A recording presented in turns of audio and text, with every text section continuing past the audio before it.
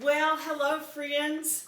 This happens to be a Saturday, the day of this recording, so happy Saturday. It has been an extremely busy week for us. We've had two grandsons graduate from high school this week, and we've had graduation and awards assemblies and dinners, and we've had something going on quite a bit this week. We still have one dinner to go to tomorrow for one of our grandsons. His mom is having a graduation dinner for him, and he asked that Gigi bring her famous cookies. So that's what I'm doing. I thought I'd bring you along and show you my famous Gigi recipe cookies. So first, what I start out with, and the recipe will be at the end of this video, I start out with butter and lard. Then I put in my sugar, and I am going to use my standing mixer for this. My white sugar and my brown sugar. And then I've beaten up some eggs. And this is a very large recipe. So if you're going to be making cookies for a large group of people, this is a great recipe for that. I don't know for sure how many will be there, but Braden wants to take home the leftovers. So he's hoping there's some leftovers. So now that I have my wet ingredients together, I do need to add 2 teaspoons of vanilla.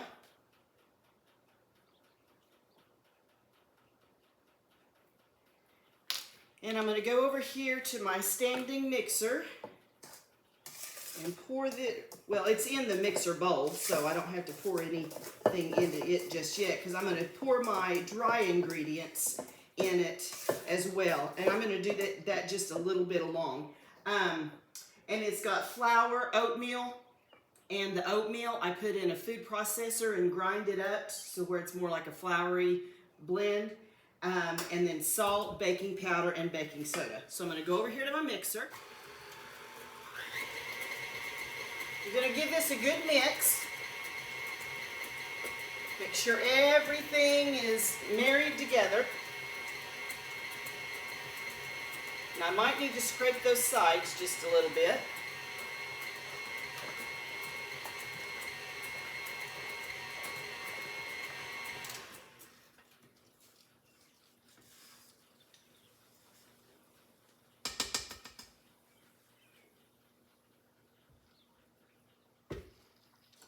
Now, a little bit at a time, I'm going to add the flour mixture. I really need to get me one of those things that you clip on the side where you just pour the flour in. I have not done that yet, and I need to.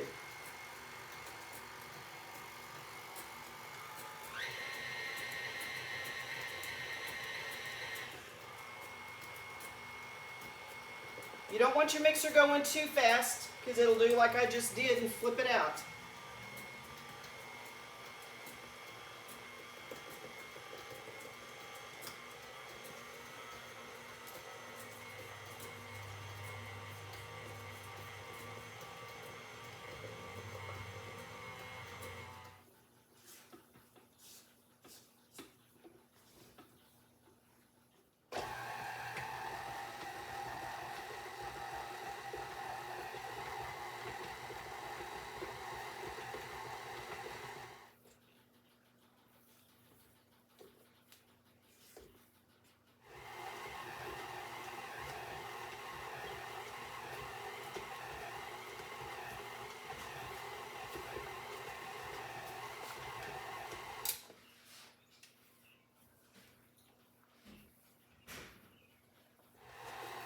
Okay, now I'm going to start adding the goodness in it. I have a 7.56 ounce candy bar. It's one of these giant candy bars, and I broke it up into little pieces. So I'm going to add that in.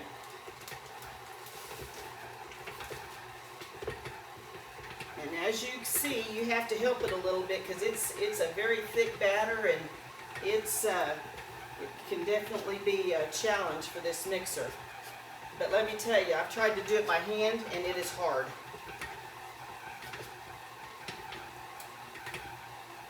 So I use the mixer. And I'm just going to let all of that, make sure it gets mixed real good.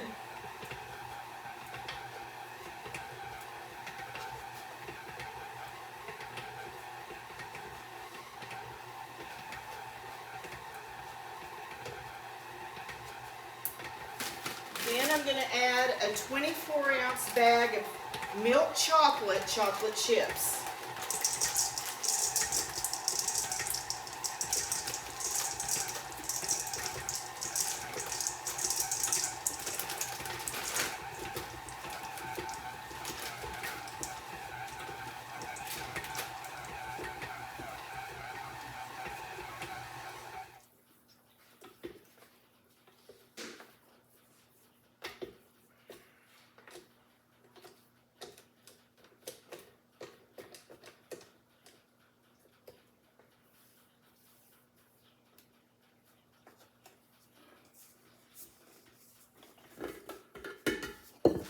This is getting to be quite a challenge for the mixer, so I'm going to put it to the side and I'm going to start doing this by hand. So I'm going to add the rest of my chocolate chips. And hopefully I've got the power enough to get it all mixed. I think I'm going to go to my bigger bowl.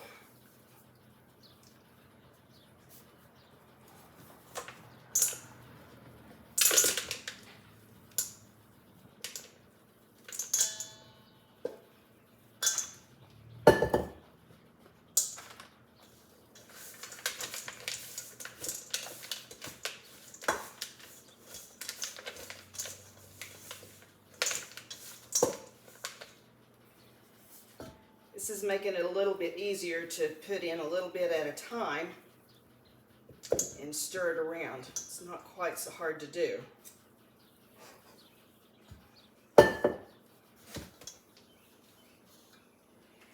Now that I have my chocolate chips in there, I'm going to put a 1-pound bag of pecans, chopped up pecans, and try to mix all that in.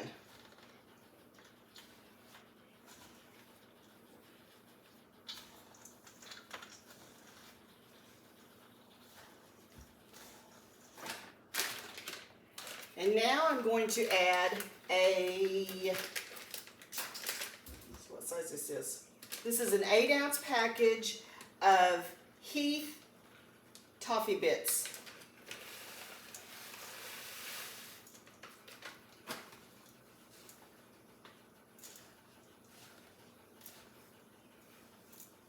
And let me tell you, this is a workout.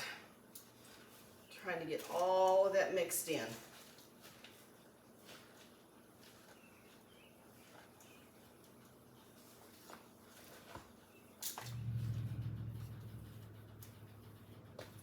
And I'm just going to have to mix a little bit as I go because I cannot get down in the bottom of that.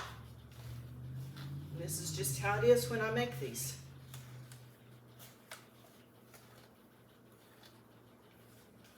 Okay, I have a cookie sheet lined with parchment paper, and Braden likes the cookies big, so I use a big ice cream scoop and make them pretty good sized cookies.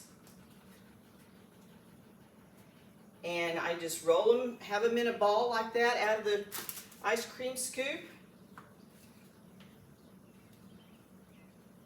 Just kind of make sure everything's mashed in there, that you're not losing any pecans or chocolate chips or toffee bits.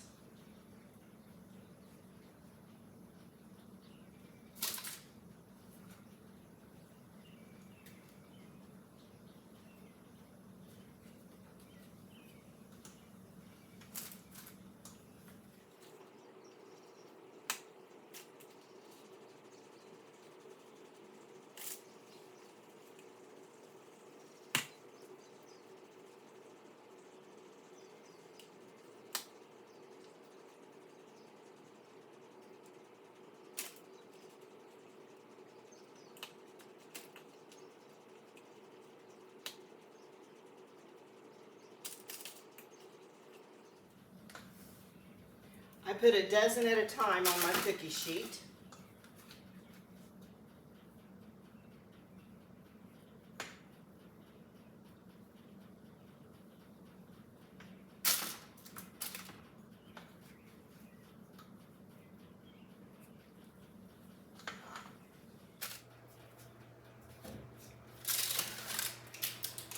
Okay, now these next steps are critical.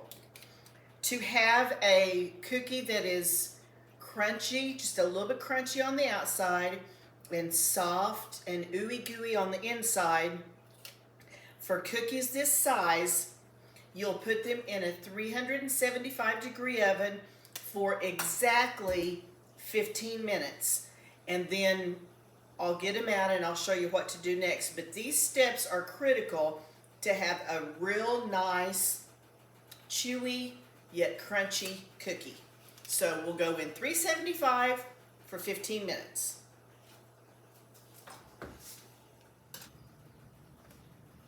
Okay, now that they've been in the oven for exactly 15 minutes, again, this is another very critical step that you have to do. Don't leave them on the cookie sheet. Have your cooling racks ready and immediately take them off of the cookie sheet.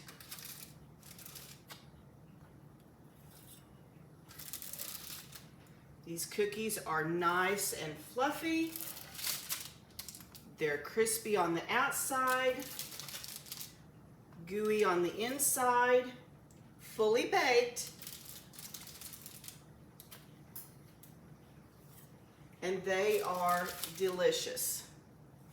My husband always carries on about how good these cookies are. He loves these cookies. Now, I don't make cookies on a regular basis just because at our age we don't need the sugar. So when I do make them for a special occasion, it is definitely a treat. I've already got a few batches made, and I'm putting them on this cookie sheet here, not cookie sheet, this platter. I just got this at the dollar store. It was $1.25, and my daughter-in-law is going to be decorating with silver accessories on his table. And so I just picked this up. I don't have to bring it home. I can leave it there with them, and then they can toss it. It's not something that has to be returned to me. So I'll get this all filled up with all of the cookies. And like I said, this is going to make a very large batch with that recipe. You can easily cut it in half if you wanted to make some just for your family to have in your kitchen. So I appreciate you joining me today in my kitchen on this Saturday morning. And I hope that you will give these Gigi's Famous Cookies a try. We'll see you next time on It's a Ootsy Thing.